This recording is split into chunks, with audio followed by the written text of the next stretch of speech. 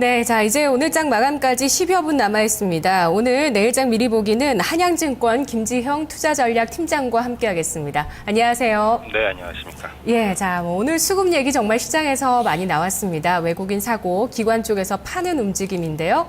내일장의 국내 변수 어떤 걸 보십니까?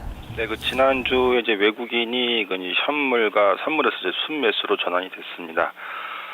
현물 매수가 시가총액 상위 종목을 중심으로 이제 바스켓으로 매매하는 프로그램 비차익 거래인데요. 비차익 거래로 이제 중심으로 이루어지고 있고요. 선물에서도 미결제 약정이 좀 증가를 했습니다. 기존의 매도 포지션 청산 이외에 좀 신규 매수 포지션을 설정한 것으로 볼 수가 있기 때문에 좀 방향성에 대해서 좀 긍정적인 시각을 가지고 있다라고 볼 수가 있겠고요. 이제 반면에 이제 투신권, 코스피가 2차선 회복하면서 또 다시 지금 좀 이제 펀드 환매 저항이 나타나고 있습니다. 일단 이제 박스권 상단 3년 동안 2050선에 대한 좀 심리적 부담감이 있는 상황이고요. 펀더멘탈 측면에서도 지금 아직까지 좀 국내 기업 이익 개선 가시성이 좀 부족하기 때문에 이러한 부분들이 좀 환매 수요를 자극하는 좀 주된 요인으로 볼 수가 있겠습니다. 다만 이제 4월달 코스피 상승장에서 한 2조 원 정도가 이제 환매가 소화가 됐었고요. 외국인 매수세가 지금 지속이 되고 있기 때문에 펀드 환매로 인해서 좀 수급 불균형이 심화될 가능성은 높지 않다라고 좀 판단을 하고 있습니다. 네, 외국인이 우리 증시 방향성에 대해서 긍정적인 시각을 갖고 있는 데 대해서 조금 더 얘기 여쭤보도록 하겠습니다. 지금 삼성그룹주라든지 아니면 IT 금융주 쪽으로 매수를 지속해 오고 있다 이런 얘기들이 나오고 있는데요. 이것이 삼성그룹의 지배구조 재편이라는 이슈를 보면서 외국인이 좀 이 대형주 쪽에 들어오는 것인지 아니면 전반적인 글로벌 경기 회복에 따른 흐름이 우리도 좀 여름에 글로벌 경기 회복에 수혜를 좀 받을 수 있겠다라고 보는 시각이 좀 많아진 건지 혹은 또 다른 이유가 있는지 어떤 관점으로 보시죠? 일단 삼성그룹 구조 개편에 대한 것이 분명히 모멘텀을 작용하고 있는 것을 보고 있고요. 삼성그룹 이제 계열사 그룹주의 한 시가총액이 한 25% 되거든요. 아니 그런 부분들이 일단 삼성그룹주가 매수세가 들어오면서 좀 지수를 좀 떠받치는 역할을 하고 있다라고 보고 있고요. 반면에 이제 5월 초에 외국인 매수세가 좀 경기 방어주 위주로 좀 집중이 됐었는데 지난주부터 보게 되면은 좀 매수세가 좀 경기 민감주로 약간은 좀 확산되는 분위기를 보고 있기 때문에 어떤 모멘텀을 매나 이벤트를 보고 들어오기보다는 전체적으로 좀 글로벌 안전 투자 위험자산 선호도까지 회복이 되는 가운데에서 신흥국에 대한 투자 심리가 좀 개선이 되었고요. 그런 부분에서 이제 한국 증시의 주가 상승폭이 좀 연초 대비해서 가장 미흡한 수준이기 때문에 한국 증시 좀 가격 메리트를 보고서 들어올 가능성이 높다라는 좀 시각을 가지고 있습니다. 네, 그러면은 이제 내일장에 있을 해외 변수에서 또 이런 외국인의 위험자산 선호 심리를 자극할 만한 이슈가 있을지 변수 알아보죠. 네, 주중에 내일과 모레 사이에 중요한 일정을 좀 살펴보게 되면은요, 미국에서는 주택 지표하고 이제 FMC 의사로 4월 의사록이 공개가 됩니다. 최근 미국 주택 지표는 좀 부진한 모습을 보였었는데요. 이번에 4월 기준 주택하고 신규 매매는 좀 전월 대비 개선세가 예상이 되고 있고요. 4월 이제 FMC 의사록에서는 연준이 일단 미국 경기 판단은 좀 상향할 것으로 보고 있는데요.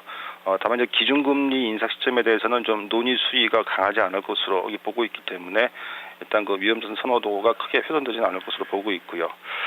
반면에 유로존과 이제 중국의 PMI 제조업 지수 5월 잠정치가 예정이 되어 있는데 유로존과 중국 모두 좀 전월 대비 정체 또는 소폭 하락세가 예상이 되고 있습니다. 유로존 1분기 GDP 성장률이 0.2%를 기록을 했고요. 4월 이제 CPI 상승률도 0.7% 그쳤습니다. 성장률도 시장 전망치 0.4%에 미달을 했고요. 물가 상승률도 22 목표치 2%를 여전히 크게 하회하고 있습니다. 5월 PMI 제조업 지수는 이제 4월 53.4에서 53.2가 이제 컨센서스인데요. 경제 지표가 이제 정체되는 부분들은 이제 우려와 동시에 22가 이제 다음 달 정책 회의에서 좀 추가적으로 경기 부양 조치를 취할 수 있는 명분도 좀 동시에 제공할 수 있지 않나라는 시각을 가지고 있고요. 중국 같은 경우에도 이제 5월 HSP PMI 지수 잠정치가 예정이 되어 있는데요. 전월과 동일한 48.1 이상이 되어 있습니다.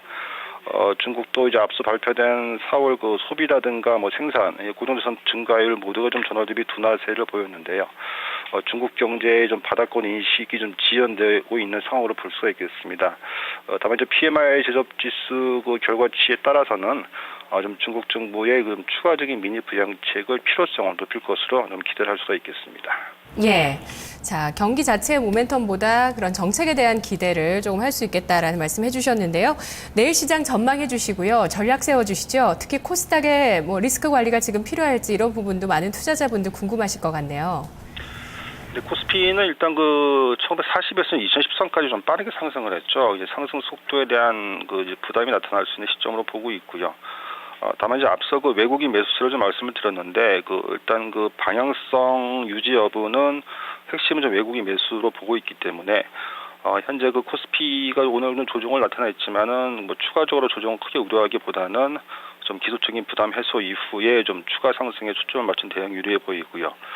좀 외국이 선호하는 그 이제 IT하고 은행 건설 업종 내에서 좀 대형 우량주 접근을 좀 권유해 드리겠습니다. 그리고 코스닥 같은 경우에는 지금 기본적으로는 실적 하향 추세가 좀 코스피보다 좀 더 가파르게 진행이 되고 있고요. IT 부품줄 중심으로 해서요. 그리고 최근 이제 원화 강세가 좀 가파르게 진행이 됐었는데 그 이제 환율 원화 강세는 적응력이 아무래도 대형주보다는 좀 약할 수밖에 없기 때문에 이러한 부분들을 볼 때는 좀 IT 부품들을 중심으로 해서 지금 빠르게 반등하기보다는 좀 더 조정을 보이면서 기간 조정을 보이면서 좀 바닥권 형성할 수 있지 않겠나 하는 좀 기대감을 가질 수가 있겠습니다.